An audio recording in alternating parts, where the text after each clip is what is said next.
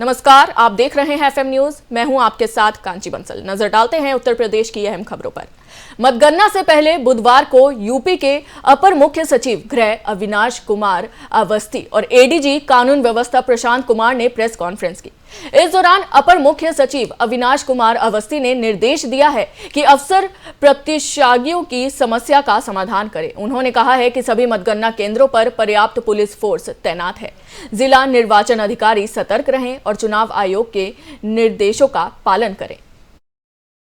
शुरू होगी, हर जिले में काउंटिंग की प्रोसेस होगी, उसको निरंतर जो है हर जनपद में प्रॉपरली मॉनिटर करने का निर्देश दिया गया है। लगभग सभी जनपदों में एक ही स्थान पर काउंटिंग हो रही है, कुछ ही जनपदों में एक से अधिक स्थान पर काउंटिंग हो रही है। जहां पर एक से अधिक स्थान पर काउंटिंग हो रही है वहां के डीएम और एसपी और एडीएम और एडिशनल एसपी को भी कहा गया है कि वो समय समय अपना बांटकर अलग अलग स्थानों का जो है प्रॉपर मॉनिटरिंग कर लें। और कमिश्नर्स और डीआईजी आईजीज को भी ये निर्देश दिए गए हैं कि जो मल्टीपल काउंटिंग सेंटर्स है वहां उचित व्यवस्था कर दी जाए। काउंटिंग सेंटर्स पर पर्याप्त पुलिस बल है। आज जो है लगभग पूरे इस प्रक्रिया में 2 महीने से अधिक हुआ है पूरे इलेक्शन प्रोसेस का, और इसमें अभी तक 7 राउंड में काफी हद तक जो है प्रॉपर एक व्यवस्था बनाकर सफलता हासिल हुई है। और कल काउंटिंग की जो व्यवस्था है उसमें जो भी जिला निर्वाचन अधिकारी है, जो भी वहां के पुलिस अधिकारी हैं, समन्वय बनाकर एक मजबूती से कार्य करें और कहीं भी कोई भी किसी तरह का जो है अगर किसी की शिकायत है तो उसका त्वरित निस्तारण भी तुरंत कर ले। जैसा एडीजी एलओ साहब ने बताया, सोशल मीडिया की भी मॉनिटरिंग कर ले। अगर किसी ने कोई शिकायत दी है तो उसका समाधान करके पूरे चुनाव प्रक्रिया के दौरान सभी का सहयोग, चाहे वो आम जनता का हो, पत्रकार लोगों का हो, तथा हमारे जो प्रशासनिक और पुलिस के अधिकारी हैं, उनके अथक प्रयास से अभी तक सभी प्रक्रिया बहुत ही शांतिपूर्ण और निष्पक्ष तरीके से संपन्न कराई गई है। आगे मतगणना और मतगणना के बाद की स्थिति के लिए हमारी ठोस रणनीति बन चुकी है और हम ये सुनिश्चित कराएंगे कि किसी भी तरीके की बच्चों के लिए आज के दिन को सीएम योगी आदित्यनाथ ने यादगार बना दिया। दरअसल लखनऊ लौटते समय एमपी पॉलिटेक्निक हेलीपैड पर सीएम योगी पहुंचे। सीएम योगी बच्चों के बीच पहुंचे और सभी को चॉकलेट देकर उनका दुलार किया। बच्चों की इच्छा पर सभी बच्चों को उन्होंने हेलीकॉप्टर में एक चक्कर घूमने के लिए भी बैठाया, जिससे बच्चों में काफी खुशी देखी गई।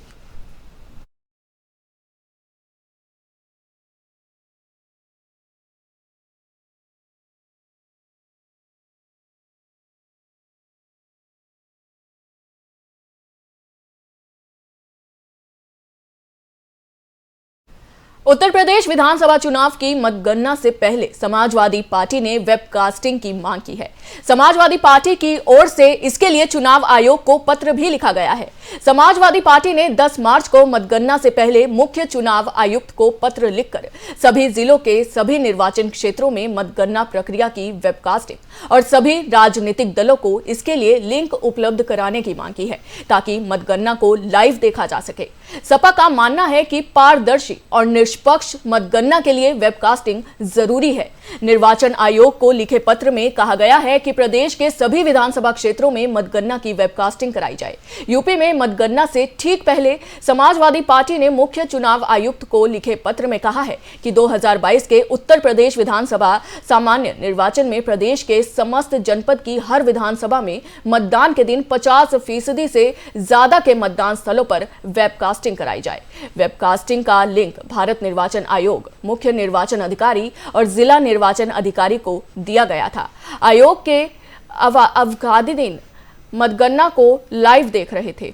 आपको बता दें कि 10 मार्च 2022 को प्रदेश के विधानसभा चुनाव की मतगणना होनी है। प्रदेश के सभी जनपद की हर विधानसभा में मतगणना की वेबकास्टिंग कराई जाए, साथ ही उसका लिंक राजनीतिक दलों को दिया जाए ताकि मतगणना को लाइव देख सके, जिससे पारदर्शी, स्वतंत्र और निष्पक्ष मतगणना संपन्न हो सके।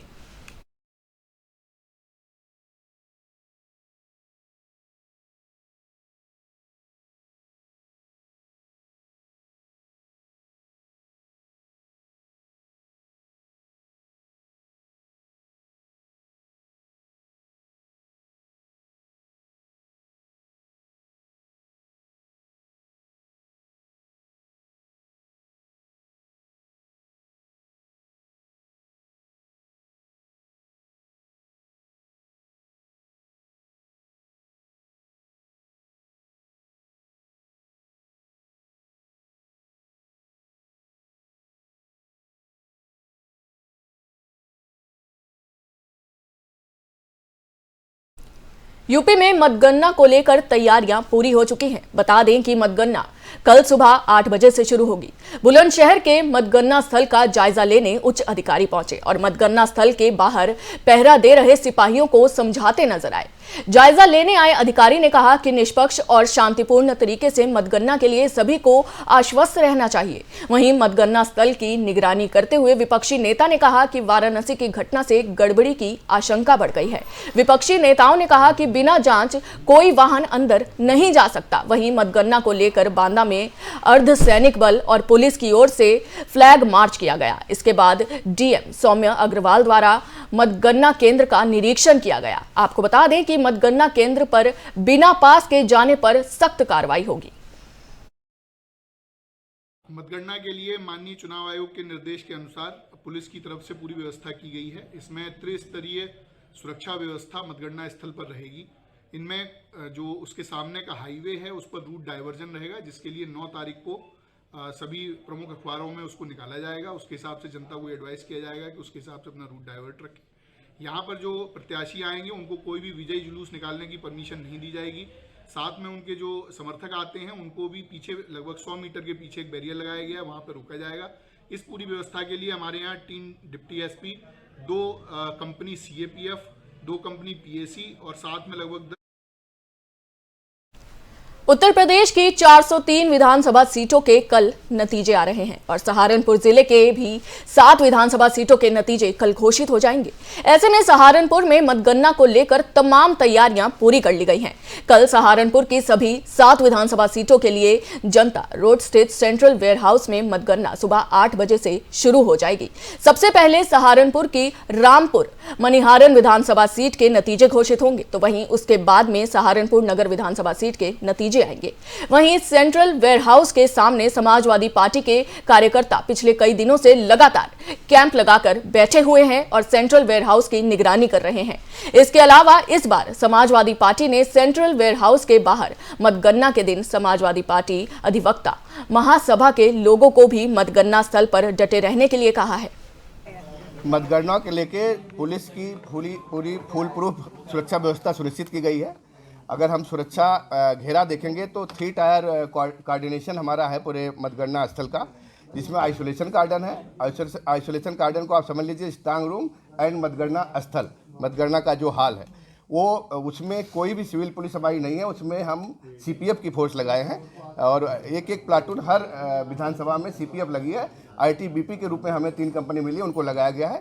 इसके बाद इनर कार्डन है जिसमें सिविल पुलिस और हमारी पीएसी रहेगी और जो तीसरा घेरा है वो आउटर कार्डन का है, जिसमें आपका मतगणना स्थल के जो सेंट्रल वेयर हाउस है उसके चारों तरफ की एरिया और मुख्य प्रवेश द्वार से पे डीएफएमडी लगी रहेगी और जो निर्धारित व्यक्ति हैं, जो अधिकृत व्यक्ति हैं, वही केवल प्रवेश कर पाएंगे।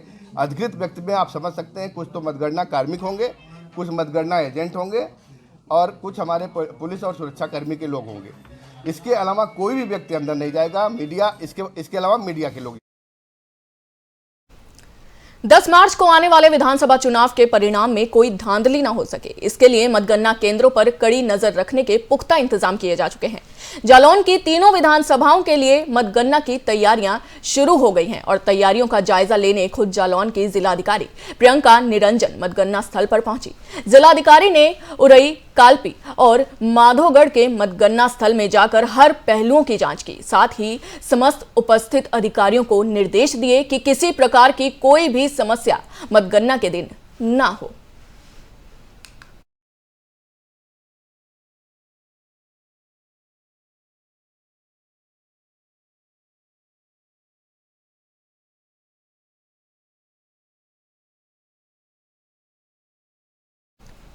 अगली खबर मथुरा से है। मथुरा की मंडी समिति में ईवीएम मशीन बैरिगेटिंग के पास पार्टी के कार्यकर्ताओं ने हंगामा कर दिया।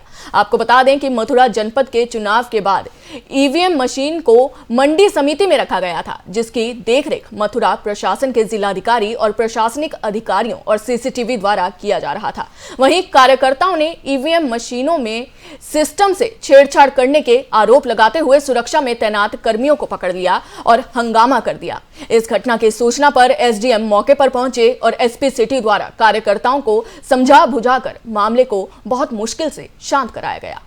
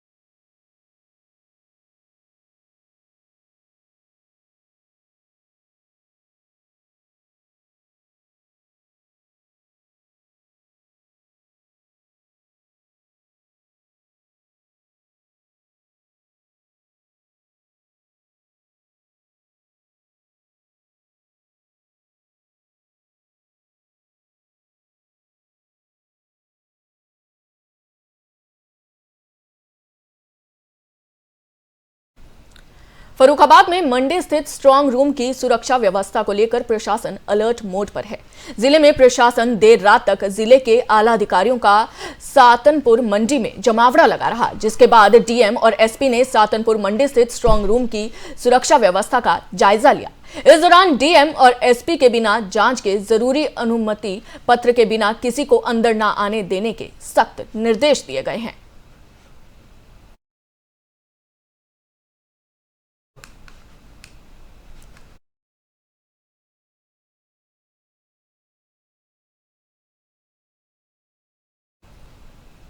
आपको बता दें कि फारुखाबाद में मंडी स्थित स्ट्रांग रूम की सुरक्षा व्यवस्था को लेकर प्रशासन अलर्ट मोड पर नजर आ रहा है। जिले में प्रशासन देर रात तक जिले के आला अधिकारियों का सातनपुर मंडी में जमावड़ा लगा रहा, जिसके बाद डीएम और एसपी ने सातनपुर मंडी स्थित स्ट्रांग रूम की सुरक्षा व्यवस्था को लेकर जायजा लिया। इस दौरान डीएम और एसपी के बिना जांच के जरूरी अनुमति पत्र के बिना किसी को अंदर न आने देने के सख्त निर्देश भी दिए गए हैं। आपको बता दें कि चुनावों को लेकर प्रशासन अलर्ट मोड पर है। कल मतगणना का दिन है। इसी कड़ी में फर्रुखाबाद में मंडी स्थित स्ट्रांग रूम की सुरक्षा व्यवस्था को लेकर प्रशासन भी अलर्ट मोड पर नजर आ रहा है। जिले में प्रशासन देर रात तक आला अधिकारियों का सातनपुर मंडी में जमावड़ा लगा रहा, जिसके बाद डीएम और एसपी ने सातनपुर मंडी स्थित स्ट्रांग रूम की सुरक्षा व्यवस्था का जायजा लिया। इस दौरान डीएम और एसपी के बिना जांच के जरूरी अनुमति पत्र के बिना किसी को अंदर न आने देने के सख्त निर्देश भी दिए गए हैं।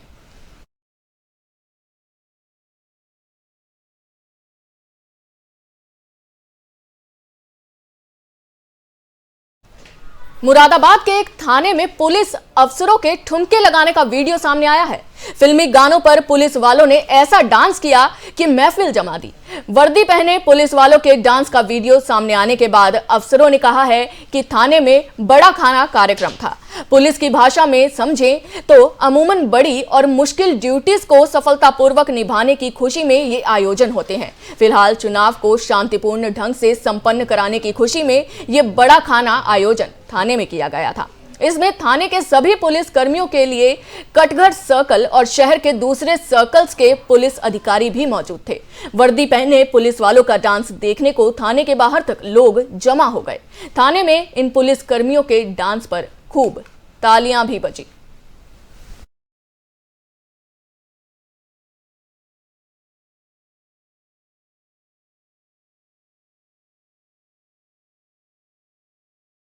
आपको बता दें कि मुरादाबाद के एक थाने में पुलिस अफसरों के ठुमके लगाने का वीडियो सामने आया है। फिल्मी गानों पर पुलिस वालों ने ऐसा डांस किया कि उन्होंने महफिल ही जमा दी। वर्दी पहने पुलिस वालों के डांस का वीडियो सामने आने के बाद अफसरों ने सफाई भी दी है। उन्होंने कहा है कि थाने में बड़ा खाना कार्यक्रम आयोजित किया गया था।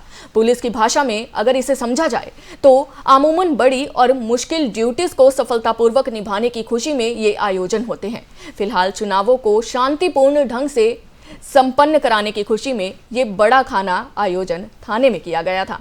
इसमें साफ तौर पर देखा जा सकता है कि कैसे पुलिस वाले जमकर डांस कर रहे हैं, ठुमके लगा रहे हैं। इसमें थाना के सभी पुलिस कर्मियों के लिए कटघर सर्कल और शहर के दूसरे सर्कल्स के पुलिस अधिकारी भी मौजूद थे।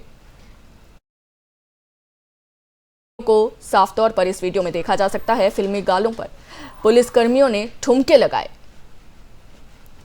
दें कि वर्दी पहने पुलिस वालों का डांस देखने को थाने के बाहर तक लोग जमा हो गए थे। थाने में इन पुलिस कर्मियों के डांस पर खूब तालियां भी गूंजी।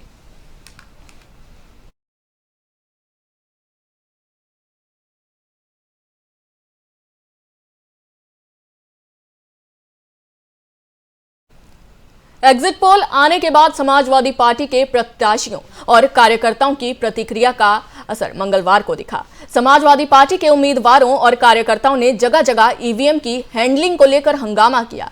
इसी कड़ी में मुरादाबाद की मंडी समिति में स्ट्रांग रूम के बाहर सपा कार्यकर्ताओं ने जमकर हंगामा किया। सपाइयों ने बिलारी तहसीलदार पर आरोप लगाया कि तहसीलदार नगर पालिका की गाड़ी से 3 बैलेट बॉक्स चोरी से अंदर ले जाकर हेराफेरी की कोशिश कर रहे थे। इसको लेकर सपाइयों में आक्रोश देखने को मिला है और सपा कार्यकर्ताओं ने ऑब्जर्वर्स की भी गाड़ी रोकी और गाड़ी के सामने आकर हंगामा किया। सूचना पर मौके पर जिलाधिकारी और एसएसपी पहुंचे और मामले में संज्ञान लेते हुए मंडी समिति में जाने वाली सारी गाड़ियों की तलाशी ली।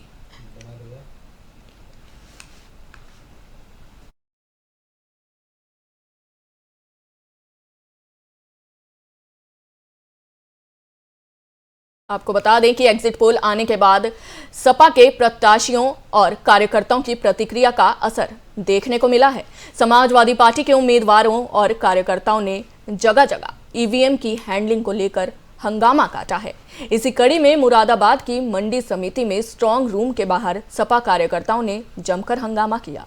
सपाइयों ने बिलारी तहसीलदार पर आरोप भी लगाया। उन्होंने आरोप लगाया कि तहसीलदार नगर पालिका की गाड़ी से 3 बैलेट बॉक्स चोरी से अंदर ले जाकर हेराफेरी की कोशिशों में लगा हुआ था। इसको लेकर सपाइयों में आक्रोश भी देखने को मिल रहा है और सपा कार्यकर्ताओं ने ऑब्जर्वर की भी गाड़ी रोकी और गाड़ी के सामने आकर हंगामा किया। सूचना पर पहुंचे जिलाधिकारी और एसएसपी और मामले में संज्ञान लेते हुए मंडी समिति में जाने वाली सारी गाड़ियों की तलाशी की गई।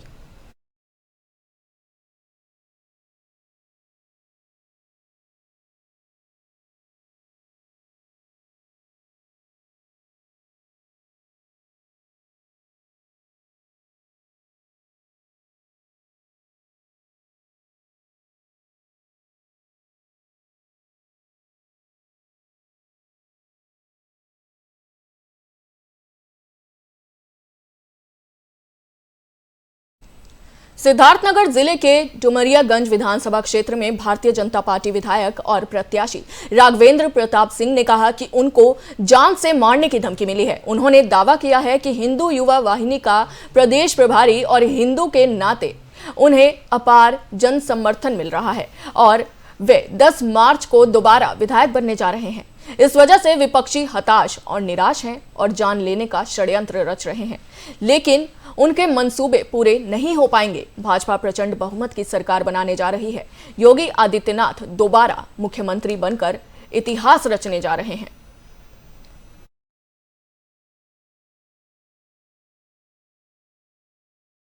बता दें कि सिद्धार्थनगर जिले के डुमरियागंज विधानसभा क्षेत्र में भारतीय जनता पार्टी विधायक और प्रत्याशी राघवेंद्र प्रताप सिंह ने कहा है कि उनको जान से मारने की धमकियां मिल रही हैं। उन्होंने दावा किया है कि हिंदू युवा वाहिनी का प्रदेश प्रभारी और हिंदू के नाते उन्हें अपार जन समर्थन मिल रहा है और वे 10 मार्च को दोबारा विधायक बनने जा रहे हैं। इसी वजह से विपक्षी हताश, निराश और आक्रोश में है और जान लेने का षड्यंत्र रच रहे हैं, लेकिन उनके मंसूबे पूरे नहीं हो पाएंगे। भाजपा प्रचंड बहुमत की सरकार बनाने जा रही है। उन्होंने ये भी कहा कि योगी आदित्यनाथ दोबारा मुख्यमंत्री बनकर इतिहास रचेंगे और उत्तर प्रदेश की सत्ता संभालेंगे।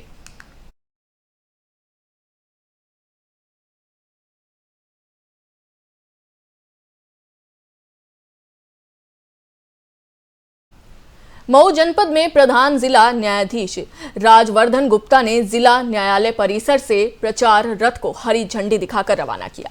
इस अवसर पर जिला जज ने कहा कि प्रचार वाहन लोक अदालत की सफलता में कारगर होगा। उन्होंने बताया कि राज्य विवादित सेवा प्राधिकरण लखनऊ द्वारा भेजे गए उक्त प्रचार वाहन में गरीबों को सुलभ और सस्ता न्याय दिलाने की पाठ्य सामग्री के साथ साथ राष्ट्रीय लोक अदालत में निरासित होने के वादों के संबंध में जानकारी दी जाएगी।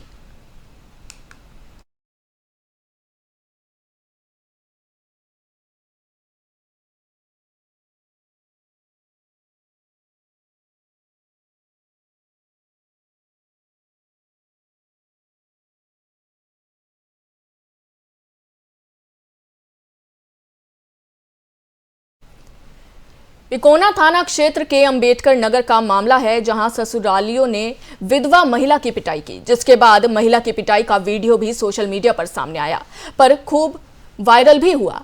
जांच में पुलिस को पता चला कि 5 साल पहले ही महिला के पति की मौत हो गई थी, जिसके बाद जेठ और ससुर की नजर विधवा महिला के हिस्से पर कब्जा करने पर थी। साथ ही ये भी पता चला कि महिला की पिटाई उसके जेठ और ससुर ने मिलकर की थी।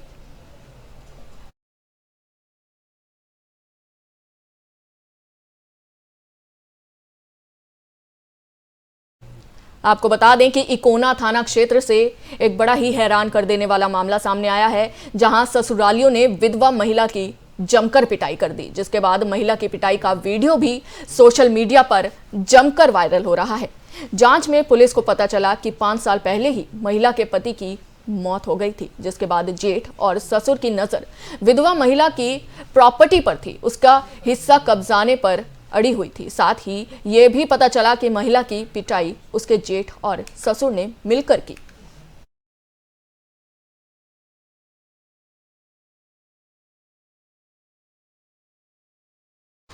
सहारनपुर में नाबालिग लड़की के परिजनों ने रिपोर्ट दर्ज कराने के 4 दिन बीत जाने के बाद भी पुलिस नाबालिग का पता नहीं लगा पाई है। वहीं पीड़ित परिवार ने पुलिस पर लापरवाही का आरोप लगाया है। परिवार का कहना है कि उनकी बेटी 3 मार्च को एक गांव के दबंग युवक पर बेहाल फुसलाकर साथ ले जाया गया और 4 दिन बीत जाने के बाद भी पुलिस हमारी नाबालिग लड़की को ढूंढ नहीं पाई। साथ ही परिजनों का कहना है कि इस पूरी घटना में गांव का प्रधान भी मिला हुआ है, क्योंकि जब भी पुलिस गांव जाती है तो प्रधान को फोन कर देती है और अपराधी वहां से भाग जाते हैं। वहीं मांग को लेकर परिजनों सहारनपुर एसएसपी कार्यालय पहुंचे। परिजनों ने शिकायत पत्र देकर बेटी को जल्द ढूंढ निकालने की गुहार लगाई है। साथ ही आरोपी के खिलाफ कार्रवाई की मांग भी की है। एक गांव थाना बेहट में गांव पड़ता है शेखपुरा, जिसमें कि एक लड़की जो कि अपने ही गांव के एक लड़के के साथ कहीं गायब है। 3-4 दिन से ये दोनों ही गांव से फरार हैं। इसमें मुकदमा लिख दिया गया है और आगे कार्रवाई हम लोग कर रहे हैं। लड़की नाबालिग है तो क्या अपहरण में मुकदमा दर्ज हुआ है या किसमें? देखिए, इसमें जो है सुसंगत धाराएं जो होती हैं उनमें धारा दर्ज किया गया है। नाबालिग लड़की अगर किसी लड़के के साथ चली जाती है तो उसमें 363 धारा लगती है, उस धारा में उसमें मुकदमा।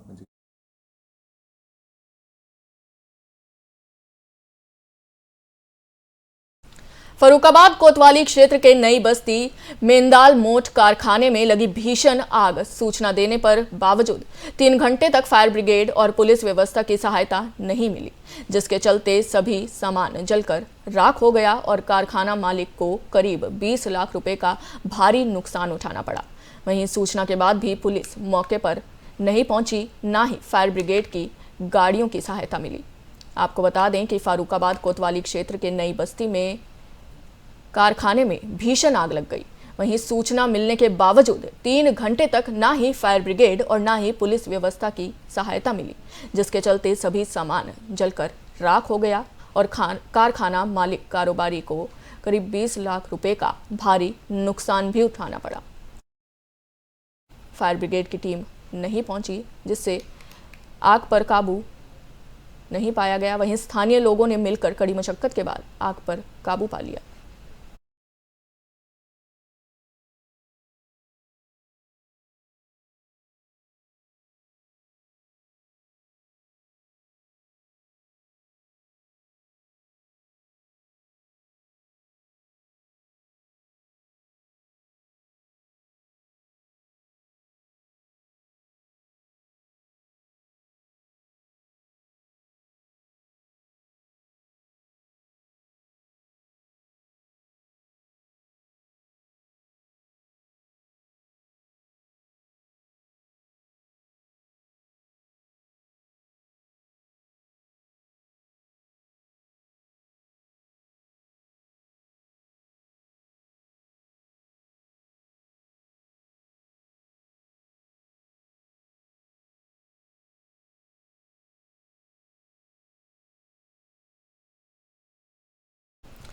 ग्रेटर नोएडा में पुलिस को बड़ी सफलता मिली है। पुलिस ने 1 मार्च को रेलवे ट्रैक पर मिले युवक की हत्या का खुलासा करते हुए 3 लोगों को गिरफ्तार किया है। ग्रेटर नोएडा की कोतवाली दादरी पुलिस ने इसके कब्जे से मृतक के कपड़ों का बैग, कपड़े, आधार कार्ड, डायरी और हत्या में इस्तेमाल किया गया जहरीला पदार्थ और खून से सनी चादर बरामद की है। पुलिस के अनुसार मृतक की पहचान संजीव के रूप में हुई है और उसकी हत्या अवैध संबंधों के चलते की गई थी। पुलिस गिरफ्त में आए लोगों ने शराब में जहर मिलाकर उसकी हत्या कर दी थी। बाद में उसका सर पत्थरों से कुचलकर रेलवे ट्रैक पर फेंक दिया था, जिसके कारण उसकी शिनाख्त नहीं हो पाई थी।